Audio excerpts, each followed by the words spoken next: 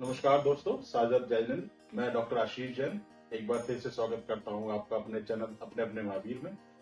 आज हम इस बारे में बात करना चाहेंगे कि जो भगवान महावीर ने हमें धारणाएं दी, जो भगवान महावीर ने हमें सिखाया, जिनके बारे में बताया, क्या वो चीजें वैज्ञानिक रूप से प्रमाणित है?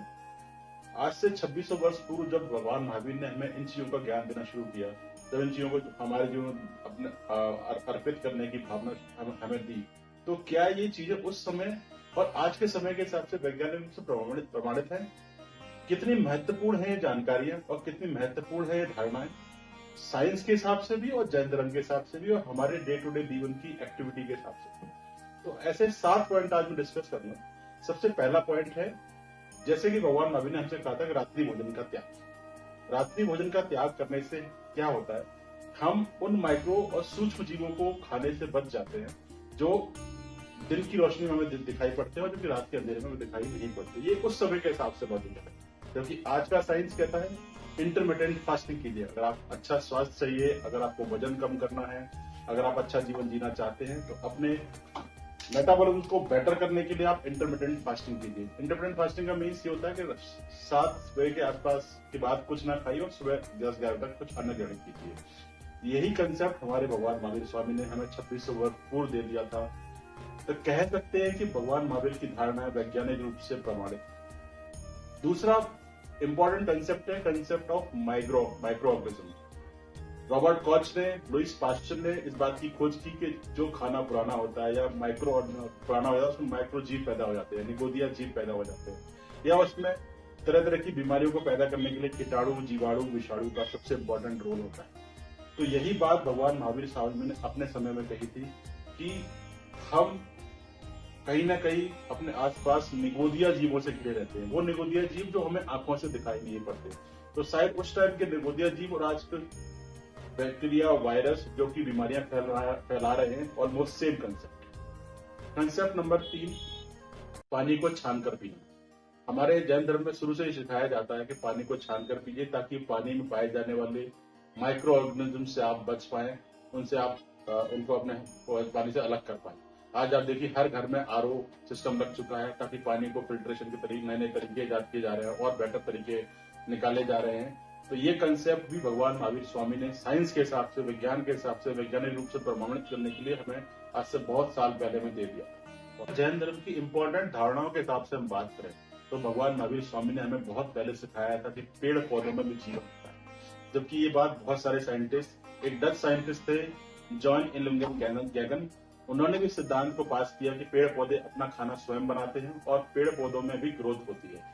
हमारे भारतीय वैज्ञानिक जगदीश चंद्र बोस ने भी क्रेस्पोस्कोप की मदद से ये बताने की कोशिश की कि पेड़ पौधों में भी जीवन है, पेड़ पौधे भी ग्रोथ करते हैं, पेड़ पौधे में साइज में बड़े होते हैं। तो ये बात हमें भगवान महावीर स्वामी ने आज से कई वर्ष पूर्व बताई कि हमें आसपास न कि अपने सिर्फ आसपास पाए जाने वाले जीव जंतुओं की, अपितु आसपास रहने वाले, उगने वाले पेड़ पौधों की भी उतनी ही इज्जत करनी चाहिए, उतनी ही सुरक्षा करनी चाहिए जितने हम आम आदमियों की अपने हिसाब से करते हैं। भगवान महावीर स्वामी ने हमें समझाया, जैन धर्म की एक इंपॉर्टेंट धारणा है कि 84 लाख योनियां होती हैं, यानी कि सभी जीवों को अपने कर्मों के हिसाब से उन 84 लाख योनियों से बार बार होकर गुजरना पड़ता है।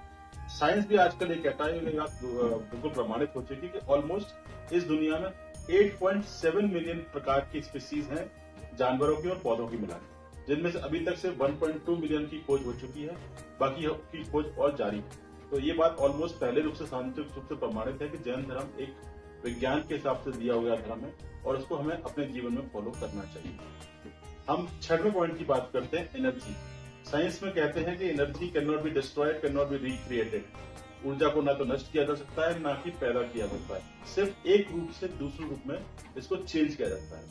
यही जैन धर्म में आत्मा का स्वरूप है। आत्मा को ना तो मारा जा सकता है, ना ही पैदा किया जाता है। आत्मा एक शरीर से दूसरे शरीर में, एक योनि से दूसरे योनि में, एक स्पीसीज से दूसरी स्पीसीज में ट्रांसफर होती है अपने कर्मों के हिसाब से। और इसी तरह से जैन धर्म का और 7वां प्रिंसिपल है ब्रह्मांड का प्रिंसिपल। जैसे साइंस कहता है कि ब्रह्मांड को किसी ने नहीं बनाया, ब्रह्मांड एक आकाश गंगा, इसमें रहने वाले प्लेनेट, इसमें रहने वाले ग्रह, इसमें रहने वाले प्राणी सब अपने आप बने हैं। बहुत सारे धर्मों का एक कंसेप्ट है कि किसी ने इन सब की रचना की है, लेकिन अगर जैन धर्म के प्रिंसिपल को सुनेंगे तो ये हमें लगेगा there is no creation and there is no creator. अगर कोई क्रिएटर होता है, then create this creator. This is the principle has been given by lord Mahavir in ancient time before अगो।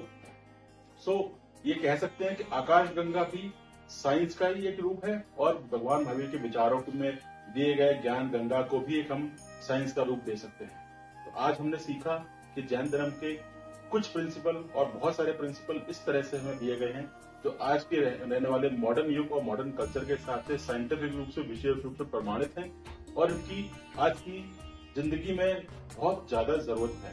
तो हमें लगता है कि इन धर्मों के इन पॉइंट्स को फॉलो करके हम अपने जीवन में आगे बढ़ सकते हैं और अपने जीवन में और अपने हृदय में, अपने मन में ज्ञान का दीप प्रज्वलित कर सकते हैं। आप लोगों ने बहुत ही धैर्य से सुना, आप लोगों का बहुत बहुत धन्यवाद।